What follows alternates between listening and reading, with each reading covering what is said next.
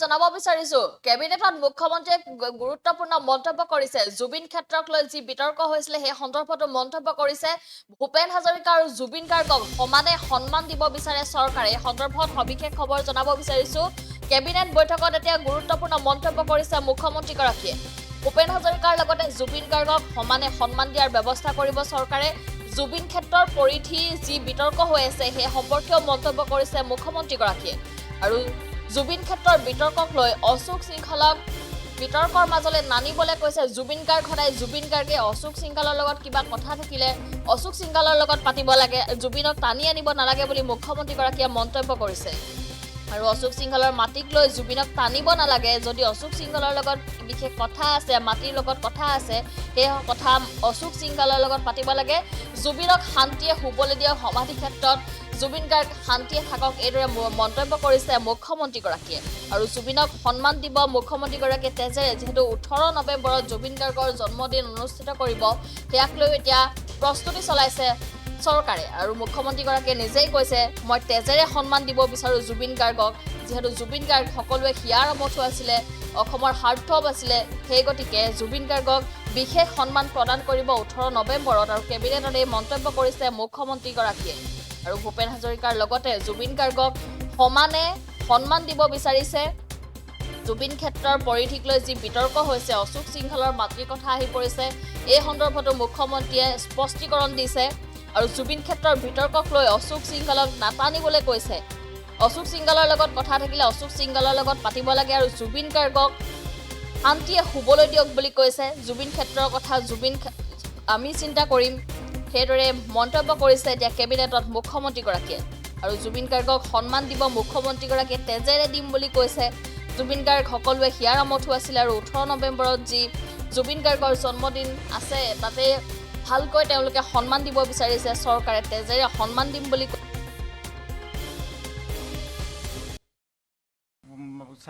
সমীপত অশোক সিংহল আমি সমীপলৈকে কিয় যাব লাগে মই চাৰিসীমাৰ বাহিৰত আপুনি আপোনাৰ যিটো প্ৰশ্ন এই প্ৰশ্নটো ভাল লগা প্ৰশ্ন নহয় কালি আপুনি ক'ব দিচাং ৰিসৰ্টলৈকেও যাওক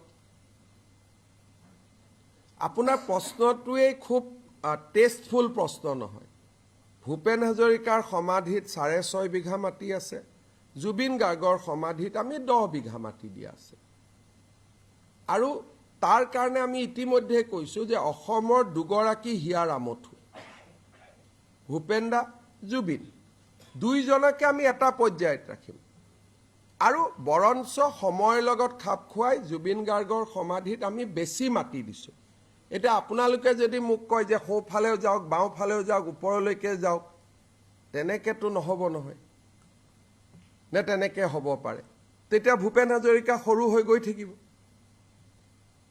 পৰিসৰটো বৃদ্ধিৰ দাবী এটা আছে দাবীটো থাকিব কিন্তু এক হাতত আমি ভূপেন হাজৰিকাক লৈ চলিব লাগিব এক হাতত জুবিন গাৰ্গক লৈ চলিব লাগিব কাৰণ দুইজনে আমাৰ সংস্কৃতিৰ আপুনি ভূপেন হাজৰিকাৰ কাৰণে কিয় দাবী কৰা নাই নিশ্চয় সেইটো কৰা নাই না মই শিকাই দিয়াৰ পিছতহে কৰিছে গতিকে প্ৰশ্নটো আপুনি কওক যে ভূপেন হাজৰিকাকো 100 বিঘা দিয়ক আৰু এটা কথা মনত ৰাখিব যে আজিৰ প্ৰজন্মই যদি কিবা ভুল কৰি থৈ যায় ভৱিষ্যত প্ৰজন্মই আমাক ক্ষমা নকৰিব গতিকে মই একদম ক্লিয়াৰলি প্ৰথম দিনাৰ পৰাই কৈ আছো যে ভূপেন হাজৰিকা জুবিন গাৰ্গক দুইজনকে সমানে মানে সমমৰ্যাদাৰে কিন্তু পৰিৱৰ্তিত পৰিস্থিতিত আমি বেছিকৈ মাটি দিছো এতিয়া আপোনালোকে ক'ব সোঁফালে যাওক বাওঁফালে যাওক ওপৰত যাওক এনেকেতো নহব তেতিয়ালেতো আমি মানুহজনক বিতৰ্কত ঠেলি দিয়া হ'ব আপোনালোকে জুবিন গাৰ্গৰ লগত অশোক সিংহলৰ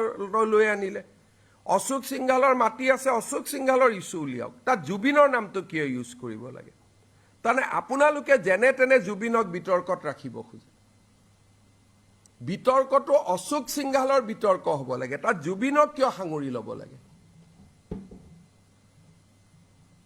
তেনেকে ক'লেতো তাত জয়ন্ত বৰুৱাৰো মাটি আছিল ট্ৰাইবেল বেল্ট এণ্ড ব্লকত হেতুতো নিউজত আপোনালোকে কৰা নাই ৰুবি বৰুৱাৰ নামত মাটি আছিল হেতু কিয় কৰা নাই অশোক সিংহলক বেয়া পাই তাক ডাইৰেক্ট মাৰক তাৰ কাৰণে জুবিনক কিয় আনিব লাগে? জুবিনক বিতৰ্কত নানিব। অলৰেডি বহুতখিনি কৰি পেলাই আমি বহুত আননেচেচাৰী চাউল নালাগে, দালি নালাগে, জুবিন ক্ষেত্ৰখনত আমি বহুত বিতৰ্ক কৰিছোঁ। আৰু নকৰিব, শান্তিত থাকিব দিয়ক, তাক ৰেষ্ট ল'ব দিয়ক। আপোনালোকৰ স্বাৰ্থ কি আছে মই নাজানো। এনেকুৱা কৰিলে যে জুবিন ক্ষেত্ৰত গৈ মদো খাব পাৰে, তেনেকৈ এখন সমাজ চলিব নেকি? সমাজ এখন তেনেকৈ চলে নেকি? সাহস আছে ডাইৰেক্ট কওক অশোক সিংগালৰ মাটি খেদি দিব লাগে। তাত জুবিনৰ নামটো কিয় আনে? পিছফালেতো ডন বস্কোৰো মাটি আছে, কওক যে ডন বস্কোক খেদি দিব লাগে, কওক। কিন্তু জুবিনক কিয় বিতৰ্কত আনে? ল'ৰাটোক কি শান্তিত থাকিব নিদিব নেকি আপোনালোকে? মৃত্যুৰ পিছতো তাক কি ৰাজনীতিতে ৰাখি থ'ব? ছাৰ, কংগ্ৰেছ চৰকাৰৰ দিনত আপুনি কোন পেপাৰৰ পৰা আহিছে? মই NKTV+। কিয় কেনে কৰি আছে এই প্ৰশ্নবিলাক? কেবিনেটৰ মই ব্ৰিফিং কৰিছোঁ, আপুনি ক'ৰ পৰা NKTV মানে এইটো ক'ব গ'লে এতিয়া মোৰ মুখখন খুলিব। মই তেতিয়া আপোনাৰ টিভিৰ মালিকৰ ওপৰত ক'ব লাগিব, তেতিয়া মই সেই ওপৰত যাব লাগিব। মোৰ প্ৰশ্নটো ছাৰ, একো প্ৰশ্ন নাই ভাই। যাৰ হাত নিজে লেতেৰা হৈ আছে আৰু মোক কি প্ৰশ্ন কৰিব? ইমান এটা থাককচোন। বাৰে বাৰে জুবিনক কিয় শান্তিত থাকিব নিদিয়ে? কি কৰিছে বেচাৰে? আপোনালোকক কি কষ্ট দিছে? জুবিনৰ নামটো লৈ আপোনালোকে বিজেপিৰ গভৰ্ণমেণ্টখন ভাঙি দিব খোজে। এই কামটোত কিয় লাগি আছে? শান্তিত থাকিব দিয়কচোন ল'ৰাজনক, শান্তিত থাকিব দিয়ক। সি আমাৰ হিয়াৰ আমঠু হয়। অসমীয়া জাতি ইমান তলত যাব নোৱাৰেতো যে তাত যাব দিয়ক, মদ খাব দিয়ক, অমুক খাব দিয়ক, ইমান তলত যাব নোৱাৰে। সেইকাৰণে আমি তেজেৰে জুবিনক আমি সন্মান জনাব খুজিছোঁ। 18 তাৰিখে মই নিজেও ব্লাড দিম, যে জুবিনৰ সন্মান তেজেৰে আমি দিম। আপোনালোকে ক'ত লৈ গৈ আছে? অশোক সিংগালক বেয়া পাই ধৰি মাৰক 2 লাঠি, কোনো আপত্তি নাই। তাত জুবিনক কিয় ব্যৱহাৰ কৰিব লাগে? ক'ৰ মাটি কাৰ?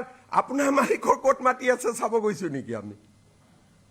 গোটেই এতিয়া গ'লে কথাটো NKTV মানে কাৰ টিভি এইটো? হা, এতিয়া নিপনৰ ক'ত মাটি আছে চাব গৈছোঁ নেকি আমি? গোটেই কিয় কয় ইলেক্ট্ৰিচিটি বৰ্ডত তেতিয়া গৈ চাব লাগিব? কিয় এইবিলাক কৰি থাকে ভাই? মোক নকৰিব, মই ভাল নাপাওঁ। মই বৰা চিধা চাধা মানুহ, মই যি কওঁ মুখত কৈ দিম। 2টা টিভি একেলগে বনাইছিলে ৰাতি। যিকোনো খবৰৰ বাবে যোগাযোগ কৰক 7099017330 লগতে 7099017110 নম্বৰত।